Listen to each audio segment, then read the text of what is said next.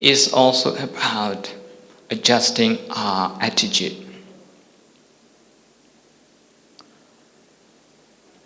Usually we don't see anger as pain. Now I'm asking you to look at anger as pain.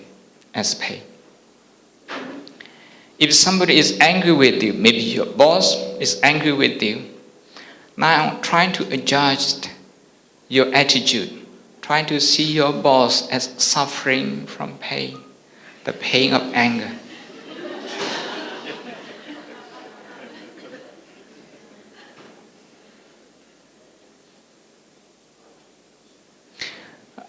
Because he's more powerful, because he has more authority at work, it doesn't mean he has no suffering.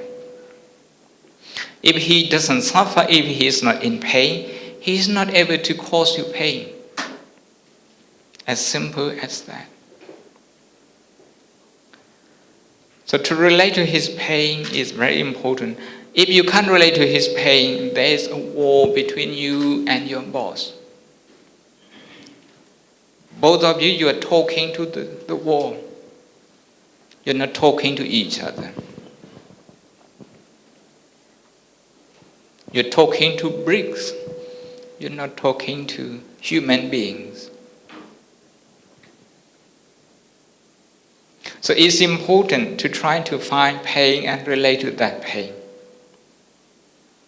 If somebody doesn't behave nice to you,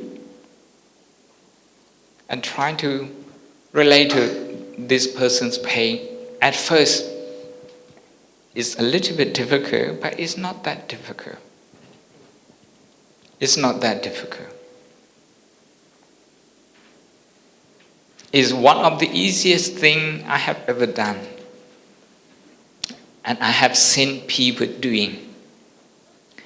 I've been going to Spain for 10 years, Hungary for 10 years, Serbia for the last 6 years. I share this with them. People come with anger, with a sense of injustice, grievances. So, the person you're angry with is not even aware of your anger. You're angry about the person, but the person is on holiday somewhere. And you're torturing yourself. You're torturing yourself. So compassion is the best way to let go. If you make mistake, then you need to connect with your own pain. And to connect with this pain non-judgmentally, without adding good or bad value judgment. Just try to be with the pain, not judging it, not describing it. I usually use the word stare at the pain, but don't describe it. Just to simply stare at the pain, be in touch with the pain.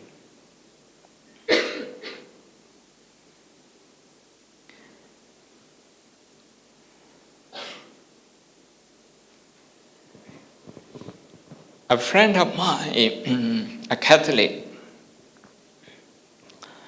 he told me that he can't forgive his brother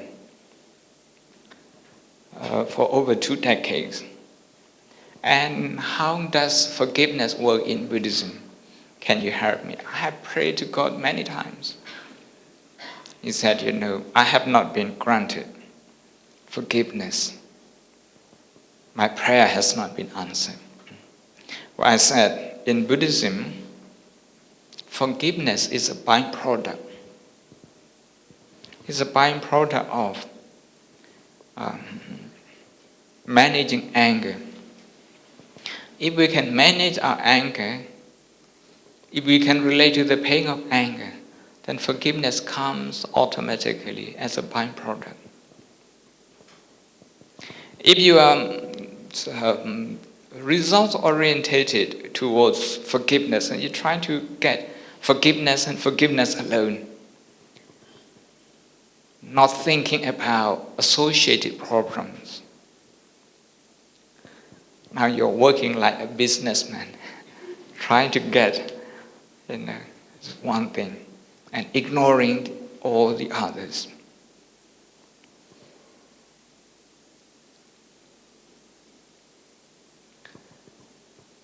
We are in pain in one way or another all the time. All the time. If you sit here for 1 hour, you're going to be in pain because you feel thirsty physically. Then you need to drink.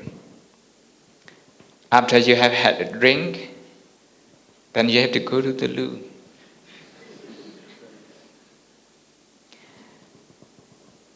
If you don't do that physically, you're going to suffer. Your kidney and not only that, psychologically, that will have an impact on you. Just trying to relate to that. You can relate to everyone's pain.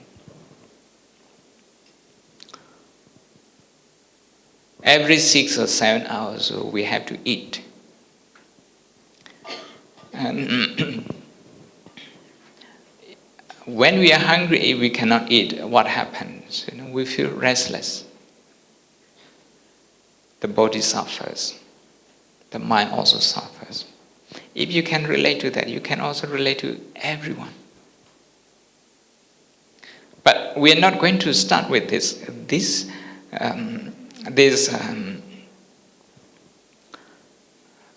kind of ordinary pain is very important, but not many people can relate to them. So we have to try to relate to special pain first. So-called special pain. Special pain in your life. If you have been betrayed, if you have been cheated on, if you have been slandered and gossiped about, if you have been, if you have had someone jealous of you,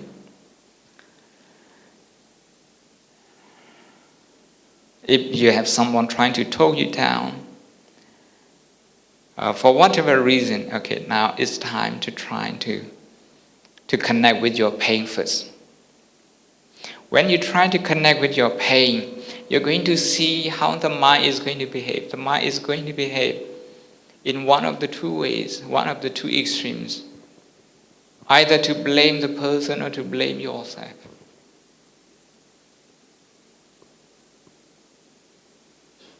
So if you can get in touch with that automatic reaction, blaming others or blaming yourself, get in touch with that, recognize that, register that, let go, and return to breathing, trying to settle down, trying to calm yourself down, and then go back to the pain again. It may be any disappointment that you have experienced in your life. Trying to revisit the scenario, trying to visualize that, and trying to observe that pain, that emotion. It's almost digging up the old emotion.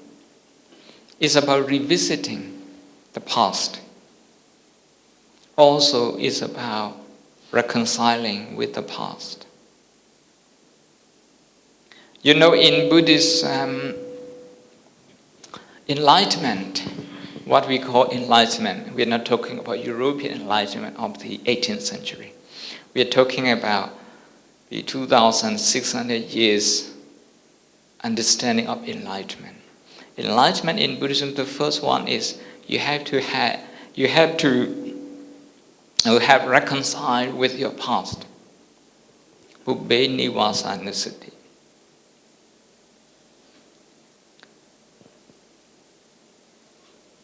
All the emotions that we have, they are all linked to the past. And with that emotional experience, the bitterness, the insecurity, the fear, the worry, the anxiety, all those emotions we project to the future. We create a future reflected in the past. So we have no time to live the present moment. This is because we ignore the past. So I'm saying in this session, we are going to revisit some of our past experiences, the painful one.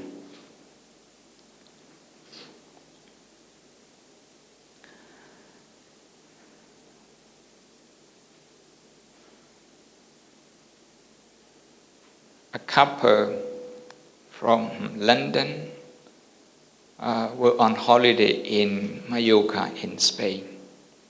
And one day they came to a session with me like this. I asked them to try to relate to pain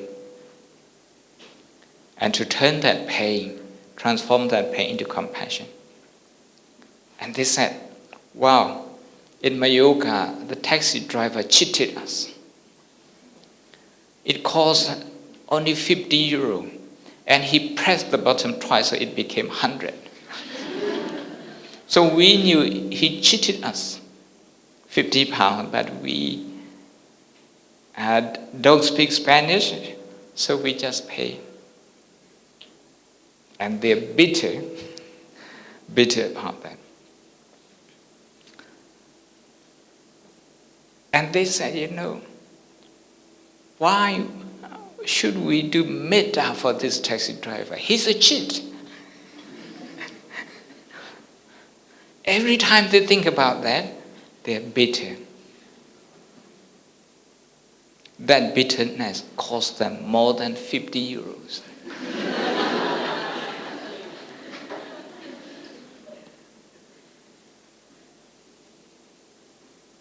When I was a student, before we set up a monastery in Oxford, one day I was invited to Korea. So from my hostel, I was about to go to Heathrow, and I took a cab as well. And it was only £6.50, and then the taxi driver twice, so it's £13. I paid £13, and on the coach to Heathrow, I was observing my emotion, because that any negative emotion could cost me more. £13, okay, is possible to measure that, to replace that. But emotional damage, if I develop distrust towards taxi drivers, what would happen? That distrust would be passed on to other people, even to my brothers and sisters, to my loved ones. That would be very costly. So the first thing I did was to try to connect with the pain of that taxi driver, that he has had to behave that way.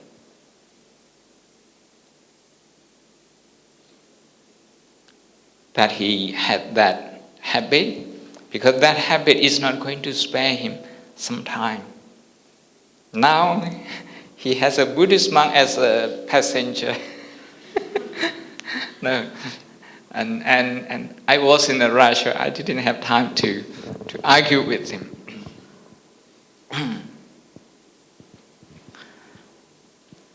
Whenever we come across pain, emotional pain, for example, anger, irritation, disappointment, whenever we come across it, we are always at a crossroad. At a crossroad, you can only choose one way, left or right. Sometimes people call the T-junction. You can only choose one.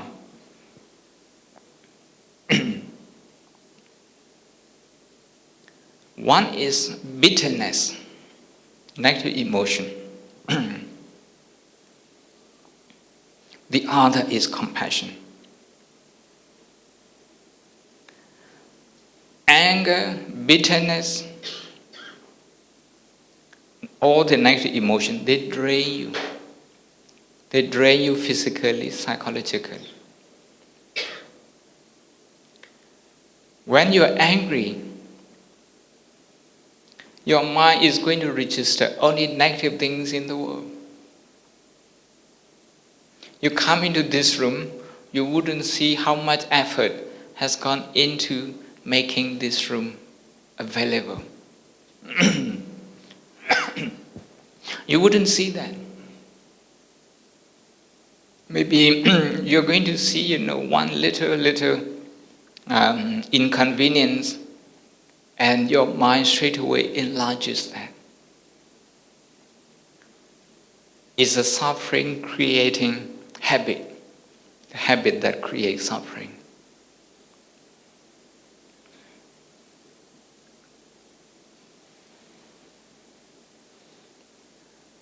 So it's important to try to connect with that energy, the energy of pain, the energy that is in pain. Because it can turn into anger, it can turn into needless criticism just for its own sake. It can turn into anxiety, insecure feeling, worry, all the negative emotion.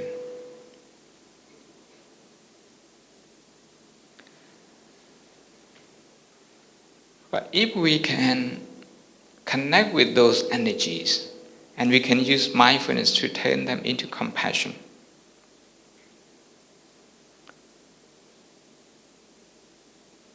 compassion is a positive energy.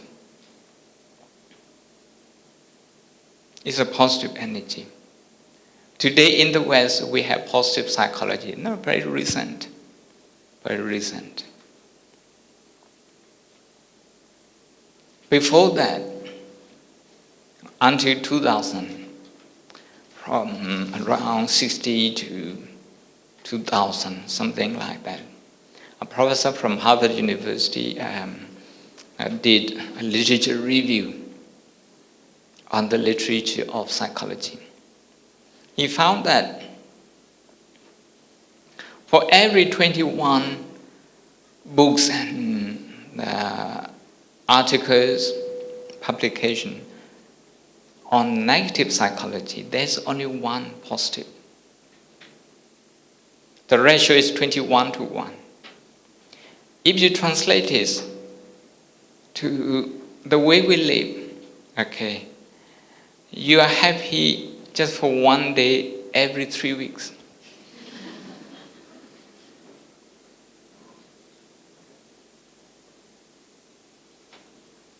One year, only when you become 21. You are happy just for 2 years when you are 42.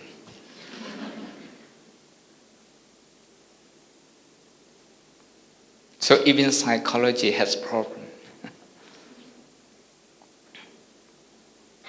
We are negative biased, and the reason we do that is we are not aware that we are at a crossroads. And we allow ourselves to be dragged to the negative side, to the downhill side. And we don't make any attempt to choose compassion. Compassion, look at the mother. The Buddha gives an example of the mother with only one child. The mother has all the patience in the world. These are the papers in my hand. If I throw them away, and my assistant would pick them up and give them back to me. I throw them again, they will pick them up and give them to me. More than 2 or 3 times, they won't do that anymore. They would run out of their patience. But the mother, okay, is very patient. Look at how the child makes a mess at home. The mother is very patient. That love, that compassion is what the Buddha makes an example, uses as an example, only in one child. That means when you're angry, your anger is the only one and only child at that moment. You have to give full attention to this. I mentioned earlier in psychology, education of attention. Skillful attention. When you pay attention, if you're not skillful, you're creating suffering for yourself, misery to yourself. You have somebody saying something nasty to you at work, and you come home, you create more and more. You play that scenario again and again. You're not able to let go.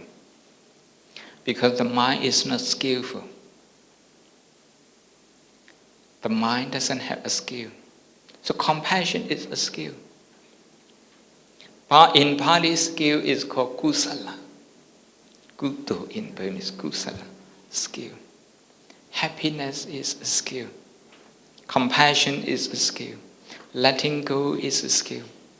To get angry, you don't really need any skill.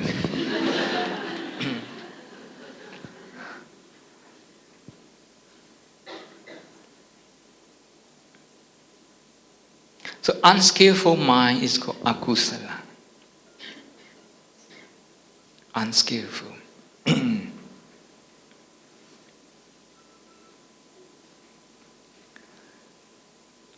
Sometimes I work with young children.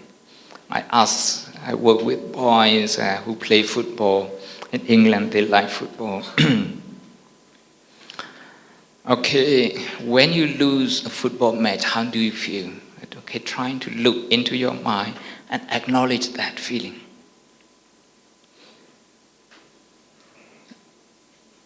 Slow and deep breathing and acknowledging that feeling. And then you look at your friends in the same team, your best friends, how they feel because they also lose. They lose the match. Now the child is extending his connection with pain. Not just his own pain, but connecting the pain of his friend as well. And another friend, and another friend. Then look at a football match. Two neutral teams where you are not a fan of either of them. When they lose, how do you feel? You don't feel anything. But how they would feel, then try a little bit harder to connect with that pain. If you can connect with that pain and now try to connect with your opponent's pain when they lose. Because usually when your opponents lose, you just jump and dance. Now instead of doing that, can we just connect with that pain? Because this requires, a very advanced skill. Kusala. If you can connect with the pain of somebody who hurts you, you are well protected. This person will never be able to hurt you again.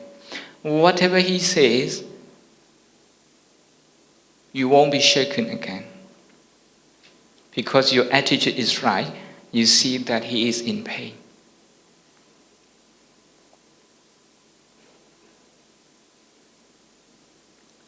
And this attitude is very important. You see,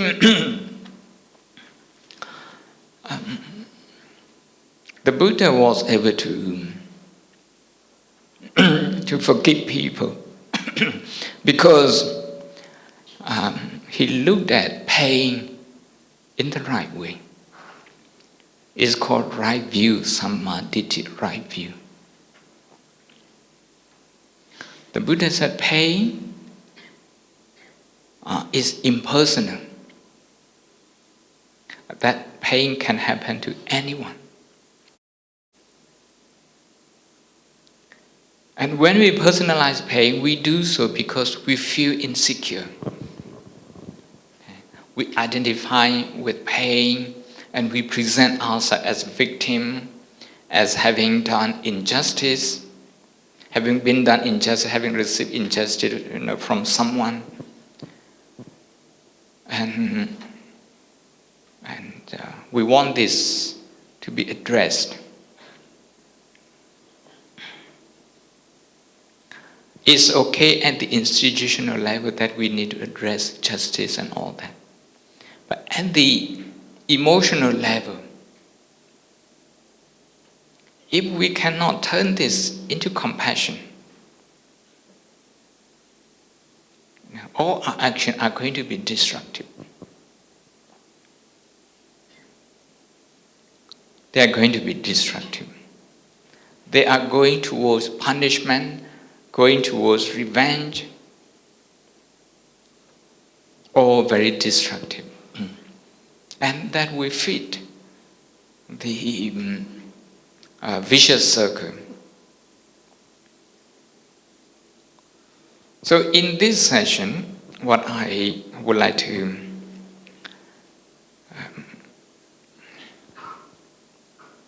suggest that we are going to do is to try to connect with our pain, first our own pain.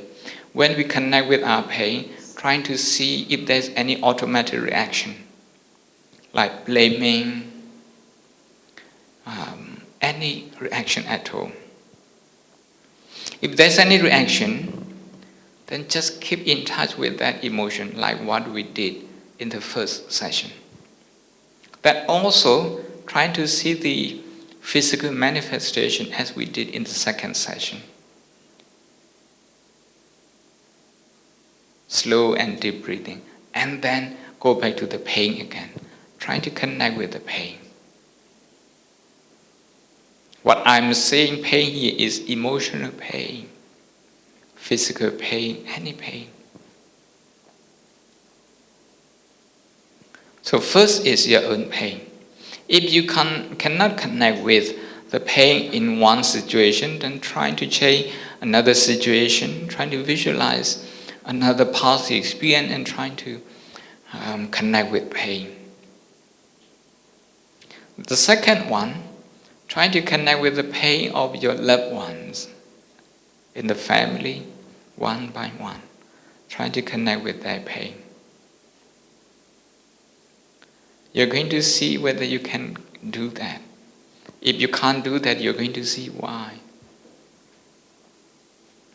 Sometimes because of lack of practice, but sometimes because you have a certain attitudes that is blocking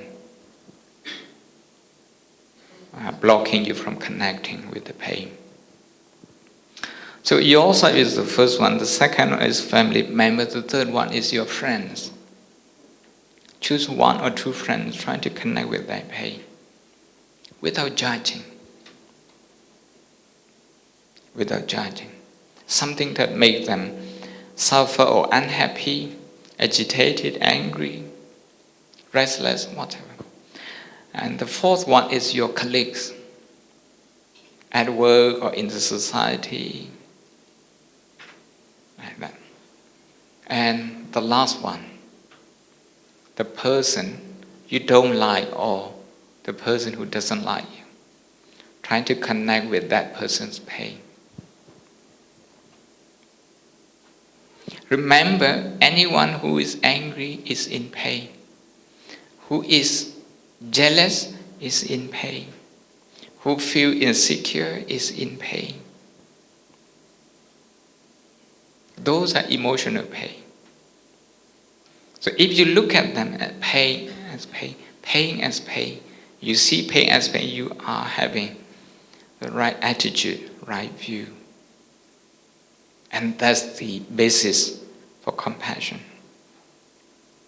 So once you are connected with that pain, with your own pain, Stay with that pain, feel that pain.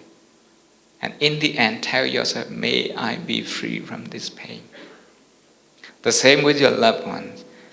After you have felt that pain,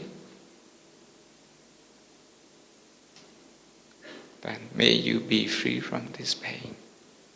Simply wish them that. Up to number 5, the person you think doesn't like you or you don't like that person.